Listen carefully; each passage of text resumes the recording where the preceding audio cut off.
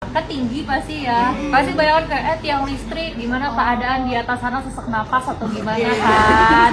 Terus kalian ini apa dari lahir udah kurus? Nggak mau, aku suka makan isuk ya, harus rem dulu nih biar bisa kerja banyak. Kamu nggak rolet uangnya? Kamu kayaknya orang kaya banget. Aku masih nganggep kayak aku orang biasa gitu. Jadi kalau orang minta Q&A atau nge-vlog gitu, aku mikir kayak emang aku siapa gitu.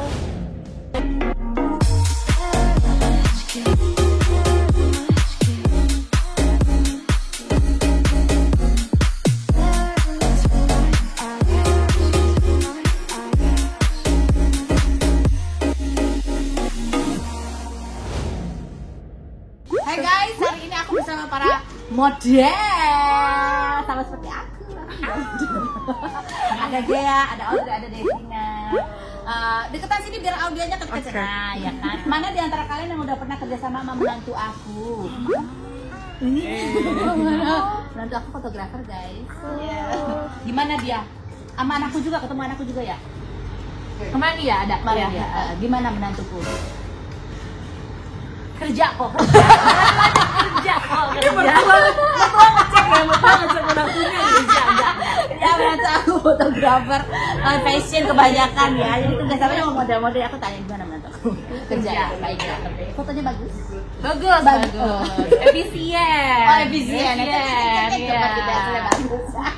Nah, aku mau ngobrol-ngobrol sama model ini karena mereka tuh kan memang kerjanya di industri yang memang fisik itu menjadi hal yang modal kalian bekerja gitu.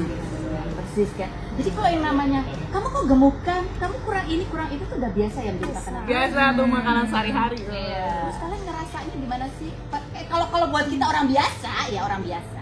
Ditanya, ih kok gitu ya, kamu kok agak seger ya badannya itu pasti di sini. Gitu. Ya, kalau buat kalian itu apa? Kalau buat kalian itu gitu juga nggak sih? Itu kritik karena kita Iya. tuntutan kerja sih soalnya Iya, tuntutan benar. kerja mau nggak mau gitu. Tapi waktu kecil kalian pernah ngalamin hal yang kayak gitu nggak? Ya, apa? Ya maksudnya fisik itu sering dikomentarin dari kalian jadi kayak bermasalah gitu. PK sih, banyak kan lebih ke arah kan tinggi pasti ya, pasti bayangkan kayak tiang listrik, gimana keadaan di atas sana, sesak napas atau gimana kan. Cuman aku timpalin balik, kayak misalkan iya nggak apa-apa kita kalau di kereta kan kayak lebih ada open airnya gitu, karena kita tinggi. Jadi kamu nggak merasa sakit hati ya? Ya, udah. Kalau dia juga gitu, kayak dia tinggal yang bisa. Kalau aku dulu bodyguard, karena bodinya besar tinggi, kan kayak bodyguard nih ya mungkin aminin aja kan. Akhirnya sekarang jadi peragawati. Pragawati ya kan. Kalau kamu ada, kamu biasa pernah dibully apa dulu waktu? Nggak pernah. Kayaknya nggak pernah dibully deh. Aku demen sama Audrey ini. Orangnya boleh santai aja. Kan nggak bisa potong kuku karena jauh kukunya jauh. Kakinya panjang guys. Iya, santai aja. Kamu di komentarin apa juga kayaknya santai aja ya. Antara kayak lewat aja gitu. Wow. Emang lewat aja, kamu nggak pernah kamu masukin hati ya? Enggak. Kecuali mungkin kayak Hatinya jauh soalnya kak di cowok lain. oh cowoknya LDR. nggak punya. Nggak punya cowok. Jadi kamu kalau di orang komentar apa tentang fisik kamu santai aja. Santai aja. Tapi waktu itu kamu nangis gara-gara ada orang berantem dari itu doang. Nggak bisa dengar Ada orang teriak. berantem sama ya nangis biasa kenapa ya? Iya. Kamu dikit-dikit nangis loh ya. Tahu kenapa nangis sih? Padahal katanya nggak apa-apa. Sensitif. Iya. Perasa. Serius? Iya. Iya. Tapi kayaknya bukan gara-gara tentang gitu atau tentang fisik. Terus tentang apa yang di sini? Nggak tahu. Tapi kalau fisik lewat. Oh, fisik buat kamu lewat. Lewat. Kenapa bisa kalau buat kamu fisik lewat? Soalnya kalau misalnya ya kita punya pacar, kalau menurut dia kita cantik ya udah. Karena menurut kamu relatif aja gitu ya. Iya. Atau yang penting adalah pacar kamu menilai kamu cantik itu yang Iya. terpenting. Kalau punya pacar. Kalau pacar kamu tiba-tiba kamu punya pacar, tapi yang modelan kamu udah gemukan deh kursin dikit tuh gimana? Ya kusin. Yang penting orang-orang terdekat kalian adalah yang mensupport gitu. Makanya suka nanya kayak teman-teman aku, gue gendut nggak sih? Kalau mereka bilang enggak, udah enggak. Percayaan ya. Percaya. Terus kalian ini apa dari lahir udah kurus? Kayaknya itu Metabolismenya beda. Aku pernah gembul waktu masih bayi. Masih bayi doang. kayak bayi balita lah, balita. Baby fat. Baby fat. Ya pokoknya kan Gembul waktu bayi iya, gembul. bayi Udah itu aja. gembul. Kalau Iya, kamu? itu aja. Jadinya? Aku setiap hari olahraga sih, jadi nggak naturally kurus karena setiap hari olahraga, jadi ya Dia berotot. Dia berotot. gitu ya. Bina laga. Nah kan kalian berarti ini kan modal nih fisiknya. Itu kan misalnya tadi gemuk kurus. Buat kalian itu hal yang wajar. Di komentar kurang kurus nih. Wajar aja. Wajar aja sih. Wajar aja. Nggak pernah nggak hal itu karena tuntutan pekerjaan buat kalian apa ya punya masalah dengan pola makan atau dengan Pernah. Dia pernah nih. Pernah. apa bikin kamu apa dia? Bikin aku sempet apa ya pengen, karena gini, semua di dunia ini kan gak ada yang instan. Cuman aku posisinya karena kepepet kan, kalau modal kan nyari duit berdasarkan kita punya badan kan. Tuh kalau dipakein baju set nggak muat kan suruh pulang. Jadi kayak butuh sesuatu yang instan. Ya jadilah pada waktu itu sempat minum-minum yang kayak apa obat-obat. Terus efeknya apa? Sebenarnya obat-obatnya bukan ke arah kayak Slimming Tea atau Bukan. Slimming Tea udah pernah nyoba, cuman lebih ke arah obat pencahar aja sih itu. Sehingga Ya yang ngerasain di badan adalah setiap kali makan banyak keluar cepet, terus malam-malam tuh sering kayak pusing atau apa segala macam. itu kena efek itu ya. Iya. Itu resiko pekerjaan. Ada nggak di antara kalian yang susah banget gemuknya? Nggak tahu deh. Ya kita bertiga body yang ya bisa lah. Takut nyoba nggak sih? Takut nyoba. Tahu-tahu nggak bisa balik. menu makan kalian apa sih sehari-hari? Aduh, makan apa? Makan apa aja? Makan apa aja? Nggak pernah gemuk? Belum pernah, alhamdulillah. Belum pernah. Jadi gini aja. Semoga stay begini. Pernah nggak ada yang bilang, aduh Audrey kamu masih kurang senang aja? Dia pernah gitu kan? Ya. Lihat ke samping. Kalau lihat ini udah tipis kayak gini masih disuruh kurang kurus lagi ya di industri ini, Iya. Iya. Iya. Karena itu ya aku terus. Dan buat kalian nggak apa-apa aja. Ya. Kan pekerjaan, setiap pekerjaan pasti ada. Ada plus resiko minus lah. plus minus. Ya, ini emang tuntutan kalian adalah kalian fisik Nggak harus mungkin, bagus. ya, nggak mungkin kerja kita nggak ngapain. Bukan kerja.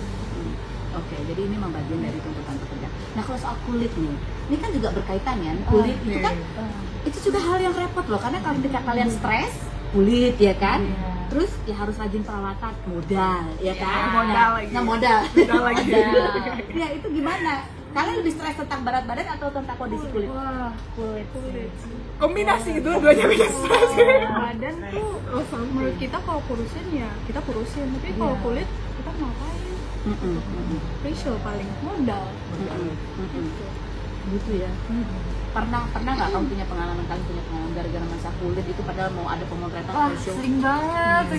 Yang sering banget kita Aku sering banget. Muka aku zaman dulu nggak semulus ini. Muka aku hancur banget waktu itu. Karena pernah ada satu pemotretan di daerah Jakarta Utara kan. Jadi skin barrier aku rusak abis itu. Jadi langsung breakout parah banget. Jadi kalau misalnya aku nonton story-nya Nikita Willy ya, dia kan ada yang berawatan juga. Nah aku pernah ngalamin hal itu juga. Sama kurang lebih 1,5 tahun 2 tahun. Jadi setiap kali nge-show, setiap kali mau foto, desainer tuh selalu yang kayak ngomong, kamu harusnya facial sebelum ini, kamu harusnya gini. Maksudnya aku udah trying, udah berobat ke banyak dokter, tapi namanya juga orang usaha kan ya. Jadi itu ternyata penyebabnya apa? Penyebabnya yaitu skin barrier rusak dan butuh waktu untuk mulihin lagi. Jadi dia harus minum vitamin, harus minum suplemen, udah gitu harus dijaga nggak boleh terlalu banyak kena makeup. Tapi kan gimana kerjanya setiap hari pakai makeup. Jadi kondisi kulit berkaitan juga dengan imun tubuhnya juga gitu ya. Iya. Sama stres. Cuma pola makan juga sih juga ngaruh ke kulit. Makan gula banyak kayak aku, saya makan gula banyak langsung jerawatan. Kalau sekarang ini akhirnya ya udah mau nggak mau aku suka makan di sup ya harus rem dulu nih biar bisa kerja banyak. Jadi tahu kalau jadwal padat berarti harus ada makanan-makanan yang dihindari. Hindari.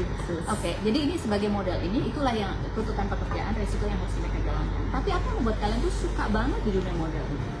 Oh, buat aku ini kayak kerja model tuh kayak seni gak sih? Aku tuh soalnya suka seni, suka melukis, suka painting. Jadi kayak jadi model itu juga bentuk seni. Kayak kita membuat seni dengan badan kita. Photoshoot, jadi TVC, kayak making art. Making arts. Kalau buat kamu Audrey? Menurut aku modelnya tuh kayak kerja, tapi kayak hobi gitu loh. Hobi. Apa yang kamu rasakan? Jadi aku nggak terlalu ngeliat uang. Kamu nggak tahu lihat uangnya. Kamu kayaknya orang kaya banget. Audrey. Nggak salah. Salah benar. Kamu temannya si Skakol. Ya. Jangan kamu itu sama kayak Siska Kol. Tapi aku belum pernah lihat pink ya kalau model. Mungkin karena masih tinggal doang. Jadi kayak aku ngeliatnya kayak Hobi aja. Terus duitnya kemana? duitnya kemana? Buat ya kalau mau dipakai. Tapi yang terima mama. Aku udah punya rekening sekarang. Udah punya. Tapi kamu nggak pernah tahu fee-nya berapa gitu? Belum, soalnya sebelumnya kan ke mama. Jadi ya udah. Baru kali ini yang ke kamu gitu ya. Oke. Apa yang buat kamu suka sebelumnya? Aku orangnya narsistik dari bayi. Jadi aku pengen diliatin orang kayak aku cantik gitu. Oh sih gitu. Jadi ketika kamu paling suka apa? Pemotretan atau jalan? Both suka. Jadi ketika kamu lagi gini, kamu diliatin orang tuh kamu apa yang ada di kepala kamu ketika gitu apa? Kayak apa ya? Aku mau mengalahkan Kimi Jayanti gitu kan. Gitu. Kalau kamu di kepala kamu apa ketika di foto atau yang itu ngomong apa tuh? Aku kalau lagi jalan atau lagi foto, aku bikinnya Kerja. I mean like ini sebuah aktivitas, apalagi kalau bukan aktivitas. Sebuah aktivitas. Susah nggak sih? Susah nggak? Itu kayak responsibility gitu loh. Kayak kita dibayar untuk ini, kita harus melakukan yang terbaik. Untuk lain gitu, walaupun harus pegang ikan, pegang ular, pegang buaya gitu. Kalau di kepala kamu it's art. Yeah, it's art. I want to make art. Kayak keren nih waktu dilihat tuh, cakep ya, enak ya dilihat. Beda. Enak dipajang. Anak senja. Jamet. Terus kan ini ya, aku kan nggak tahu ya karena aku kan model. Tapi kan kalau aku lihat tuh kan kalian harus mengenali tubuh kalian, mengenai pose-pose mana yang ini bikin langsing, sudut mana yang bagus. Itu belajarnya kalian diajarin atau dari rumah karena suka udah yang Diajarin. explore sendiri. Beda, kita bertiga beda-beda. Kalau aku pribadi, aku dari dulu emang suka seni kan, aku lihat kayak ini sudut-sudut. Kalau misalnya di modeling itu pada saat kita membuat sudut dengan badan kita pasti keren, kayak segitiga nih, atau ngeliatin sini ada rahang atau apa. Jadi karena aku dulu suka ngaca, suka ngeliatin diri aku mana nih yang bisa membentuk seni nih. Untuk sudut. Jadi kayak aku belajar dengan cara ngaca dan melihat. Jadi ketika kamu foto kamu ya sudut nih ya, sudut apa gitu. Lingkaran nggak lingkaran? Kalau kamu gimana belajar ya? Awalan diajarin, dikasih basicnya dulu, and kita learn by experience. Ya apa yang kamu tangkap dari pelajaran itu? Kalau ketika kamu lagi foto tuh, kamu akan ngapain supaya kelihatan bagus? Kita coba-coba sampai kan fotografer pasti bilang kurang di sini, kurang apa. Jadi makin lama makin kebiasa. Kita tahu. Terus kita lihat foto kita juga dong hasilnya. Terus kita lihat kalau ngadep sini jelek, tapi kalau ngadep sini bagus. So learn by experience. Oh itu kalau sudut ya. Tapi kalau rasa lihat ekspresinya gimana? Tips yang kamu lihat dari Kalau ekspresi banyakin ngaca, meskipun kelihatan kayak gila narsis banget nih orang, tapi kan latihan namanya kan. Jadi buat mereka ngaca itu walaupun kelihatan narsis dan mungkin juga narsis gitu ya. Tapi itu part of the pekerjaan. Iya. Kalau kamu dia apa? Apa yang kamu pelajari? Gimana cara kamu belajar? Sudut aku bagus ini. Gitu. Awalnya justru sebelum itu aku introvert banget kan. Terus menjauh kenal modeling terus aku langsung kayak gitu. Terus jadi sama kayak dia. Awalnya kan mungkin belum terbiasa belajar kayak gini. Aku tuh awalnya kayak oke lah kayaknya gue gini. Sekarang malah justru over pede. Jadi selama kemarin di karantina itu aku ngerasa kayak muka gue semua bagus gitu kan. Tapi ternyata kayak ada yang lebih bagus lagi, bisa dari sudut kiri atau sudut kanan. Kan ternyata kalau jadi orang terlalu over itu nggak bagus kan. Jadi kurangin lah di situ. Terlalu over. Karena aku tuh juga suka kalau di foto tuh aku kayak perasaan aku udah oke banget gitu kan. Iya, itu. Ya. Kalian juga mengalami itu. Iya. Even in pekerjaan pun kita rasanya. Iya, bagus pas lihat foto. Apa nih? Kok mukanya kosong gitu kayak padahal udah kayak perasaan udah mejen banget. Gitu udah kayak gitu ya. Sudutnya udah ternyata gendut ternyata dari sudut itu apalagi aku gitu ya.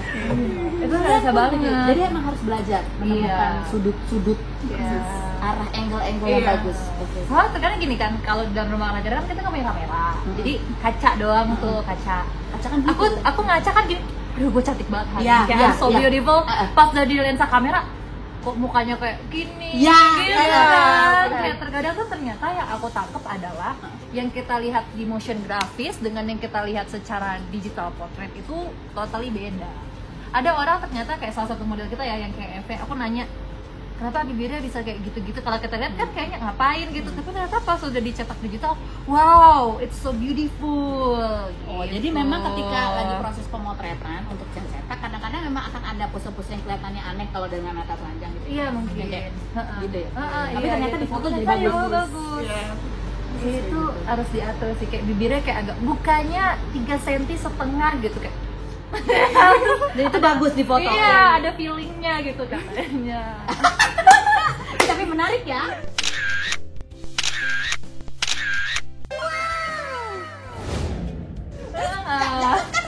Sekarang kan udah ada handphone tuh ya. Iya. Kalian sering latihan juga pakai handphone gitu nggak sih? Selfie. Ya ini orang khusus banget tiap hari ngomong di kaca kan, di kamera sambil latihan ngomong. Tapi aku masih rasanya aneh kalau nge-vlog gitu. Kalau nge-vlog kan harus ngomong ya, Iya, masih iya. ngerasa aneh. Nah, mendingan foto. Aku lebih ke vlog aku silent sih, jadi sih musik. Oh gitu, jadi lebih ekspresi. Lebih relax. Padahal kamu kalau ngomong lucu loh. Terus sampai kapan kalian mau menjadi menekuni dunia modeling ini? Sekarang kita modeling itu udah karena keluar dari karantina itu dibekalin banyak banget ilmu MC, acting, modeling. Jadi most of us selain dari modeling juga ada yang akhirnya ke MC, ada yang mau ke film, ada yang Persaingan akhirnya semakin banyak Iya. gitu. ya gitulah, karena kita udah dibekalin banyak ilmu, pasti Jadi mau- possibility-nya semakin possibility-nya besar. semakin Iya. banyak. Tapi kalau disuruh memilih, kamu pengen apa? Kalau aku cita-citanya? pribadi pengennya film laga, pengen jadi Iko Uwais cewek gitu. Kamu bisa apa? Kamu memang ini. Aku pernah belajar silat dasar doang. Tapi aku emang suka sesuatu yang berbau ekstrim, adrenalin, yang pokoknya crazy gitu. Ternyata ya model itu hanya Casing doang. dalamnya Dalamnya mah ada rai. oh gitu. Kalau kamu Audrey, cita-cita kamu apa sesungguhnya? Aku September mau kuliah. Aku pengen banget jadi diplomat atau menteri education atau presiden. Menteri Amin. Pendidikan. Menteri pendidikan Menteri Pendidikan atau presiden. atau presiden. Keren banget. Aminin dulu, aminin Amin. dulu. Kalau Boleh. sampai dia menjadi menteri pendidikan, kita berarti tidak boleh membuli orang yang tidak bisa menggunting kuku. Kalau kamu gak, kamu pengen jadi apa cita-cita kamu? Cita-cita aku awalnya model, sekarang udah Memang jadi model. model. Iya, pengen lagi jadi pemain film. Main film pengennya. Ya. Tapi sebenarnya memang passion kamu dari dulu memang model ya. Model, pokoknya segala sesuatu yang menghibur orang, terus yang di depan kamera dilihatin banyak orang tuh aku suka gitu. Lucu banget sih. Diliatin banyak Ah, orang. diliatin banyak Oke. orang. Nah sekarang gimana kalian menghadapi namanya efek popularitas? Kayak star syndrome gitu ya. Iya kan kalian udah di TV kan muncul terus orang tahu, orang komentar, apalagi kan ada kehidupan kaslian kalian Iya. di karantina kan kelihatan. Kalian ngadepinnya ngerasain gimana? Kalau model kan biasa dulu kan orang liatin tapi kan jarang Iya, ada komentar. jarang. Nah, ketahuan kan kehidupan pribadi. Iya, ya, iya. ketahuan sekarang. Ini mulai dari Dari ini nih film. Iya, Jangan kamu ngomong ngomong. dulu. Aku masih nganggep kayak aku orang biasa gitu. Jadi kalau orang minta Q&A atau nge-vlog gitu, aku mikir kayak emang aku siapa gitu. Soalnya untungnya aku masih ada banyak temen gitu. Jadi aku masih ngerasa kayak kita sama aja gitu. Bedanya seperti yang iya, bedanya ikut INTF. Terus kamu udah balik lagi. Gitu. Terus fans ada nggak sih kalian punya fans garis keras, haters garis keras? Oh. Ada fans, cuma kayak aku nggak ada aja gitu loh. Biasa aja sih. Coba. Mungkin belum keras. Belum terasa. Kalau kamu kayak ada hatersnya nggak? Pastilah. Terus gimana? Ngerasa aneh nggak sih tiba-tiba? Awalnya mungkin jipernya pas lagi di dalam karantina, karena maksudnya juri-juri kemarin ada yang kayak ngomong kita aja sempet loh ngalamin ada down. Terus aku kayak penasaran kan, karena kita nggak pegang HP waktu itu. Apa nih? Terus pas keluar kayak duar gitu. Terus kayak ya sebenarnya dibandingin kaget sih, malah bacanya lucu kan sambil nge-scroll gitu. Ada nih netizen yang kayak benci banget sama aku, dia sampai kayak ngebeli likes buat kayak nge-likesin komennya dia, seolah kayak semua orang banyak yang setuju sama dia. Kalau Serius? iya Ada yang kayak gitu? ada Jadi yang kayak itu kamu gitu. ketawa? Aku ketawa sih, aku ngomong sama dia kayak gini, aduh ya ampun kasihan banget nih orang kebuang duit ya. Tapi kamu tahu dari mana kalau dia ngebeli likes? Aku aku kan ngecekin kayak aku kan sering ngebacain komen kalau tiap kali malam atau apa, maksudnya revisi lah kan, kayak oh ternyata aku di acara TV sifatnya harus ada dibuang ini ya kan, orang namanya harus ada perubahan kan. Terus pas nggak baca gini benar-benar lucu deh, kayaknya likes-nya bulat sih 1000. Oh, like-nya bulat. Iya, terus ternyata kayak pas aku klik lagi dalamnya bule. Oh, padahal kontennya pakai bahasa Indonesia kan, komennya pakai bahasa Indonesia. Aku sama dia di mobil langsung kayak kasihan ya nih orang ini ya gitu. Terus akun-akun yang like tuh kayak cuma no post, yang followernya berapa nggak jelas gitu. Telur itu. Kamu juga mendapatkan Banyak, tapi aku karena udah 2015 pernah ikut acara serupa di TV ini. Terus akhirnya udah selesai. Di situ aku kena tuh star syndrome, kayak gue bintang, padahal gak ada apa-apa. Akhirnya justru di saat itu ngerasain, lu tuh orang yang kena star syndrome tuh cepet loh dropnya. Bahkan kita bakal kayak, kok tiba-tiba aku gak ada progres apa-apa ke depan karena udah bangga sama diri sendiri duluan kan. Akhirnya ikut acara ini lagi baru sadar, ternyata kita netizen tuh bukannya cuman kayak dibales-balesin atau cuma ngapain kamu komen jelek tentang aku, tapi dijadiin pembelajaran bahwa ada benernya apa yang bisa kita pelajari buat diri kita, itu buat berkembang. apa sih yang kamu rasain pada saat star syndrome itu? Kamu merasa apa? Yang rasa kayak gue kece, gue udah pernah di TV loh, gue udah pernah masuk, gue jadi persona, gue ketemu banyak artis lain, artis-artis senior. Ternyata justru dengan merasa seperti itu nggak ada perkembangan, karena ngerasa diri udah hebat banget. Akhirnya setelah itu kayak revisi diri, ada hal yang harus kita pelajari lagi. Tunggu, aku mau nanya sebentar, star syndrome itu kayak gimana sih? Nah itu makanya Gejalanya? Kayak dia ngerasa jadi dirinya tuh bintang banget. ya star syndrome tuh kayak apa ya, kayak dia tuh ngerasa kayak dia tuh udah mencapai sesuatu, udah jadi seseorang, sehingga kayak kadang-kadang ngerasa orang lain yang butuh gue gitu kan, atau kadang-kadang yang siapa sih lo gitu, kayak gitu loh, lebih ya agak ada bangganya tuh Jatuhnya kecongkak. Jatuhnya kecongkak. kayak gitu tapi nggak udah kalau congklak tau nggak congklak? Yang ini Ya, Audrey, kamu kan cita-cita menjadi Menteri Pendidikan. Bagaimana kamu melihat pendidikan di Indonesia saat ini? Apa kritik kamu terhadap pendidikan? menurut aku kita pembagian education-nya itu kurang rata. Ada yang beberapa area itu kayak education-nya bagus banget, kayak udah setara sama education luar. Tapi ada yang kayak kurang banget Kak. Makanya aku ngeliat kok jomplang banget ya. Makanya kita tuh opinionnya itu bisa beda banget. Soalnya education kita itu aja, basic education kita udah beda gitu loh. Terus kayak education kita itu menyampur banget sama agama, nggak pure education gitu loh. Jadi ada yang base education itu from agama. Sebenarnya nggak apa-apa, baik. Cuma ada buruknya juga. Contohnya seperti apa sih? Contohnya seperti apa yang education nyampur agama? Kayak apa ya? Major apa? Major tertentu atau? Bukan major tertentu, kayak The whole value? apa ya, susah jelasin. But it's like maksud aku bukan yang kayak sekolahnya di madrasah atau pesantren gitu, tapi yang lebih ke apa ya, kalau debat tuh selalu based on religion gitu loh. Maksudnya nggak apa-apa kan, agama jadi patokan hidup ya. Nggak apa-apa, boleh. Cuma kalau kita beropini sebaiknya biar nggak ada karena yang satu sekarang. adalah based on keyakinan gitu kan, yang satu adalah mengenai bagaimana kita mengelola bukti-bukti fakta-fakta yang bisa didebatkan gitu. Kalau keyakinan kan memang tidak bisa didebatkan. Cuma harus, menurut aku seharusnya setiap sekolah mewajibkan pembelajaran bahasa Inggris dari kecil. Dari SD. Karena kan kita, even though misalnya kita pengen menetap di Indonesia sampai kita tua, but I feel like ini penting kita bisa belajar kita bisa berbahasa Inggris biar kita bisa belajar lebih banyak hal, bisa berkomunikasi dengan more people gitu. Sehingga wawasan semakin terbuka. Jadi menurut kamu masalah di Indonesia itu adalah pemerataan pendidikan. Kita nggak tahu. Dan ini adalah orang-orang yang pekerjaannya setiap hari itu berhadapan dengan, kalau kita orang biasa menyebut body shaming. Jadi itu adalah resiko pekerjaan mereka. Jadi kita bisa belajar dari mereka, caranya adalah ya ini emang tanggung jawab pekerjaan gitu ya. Ya dihadapi aja, cari caranya.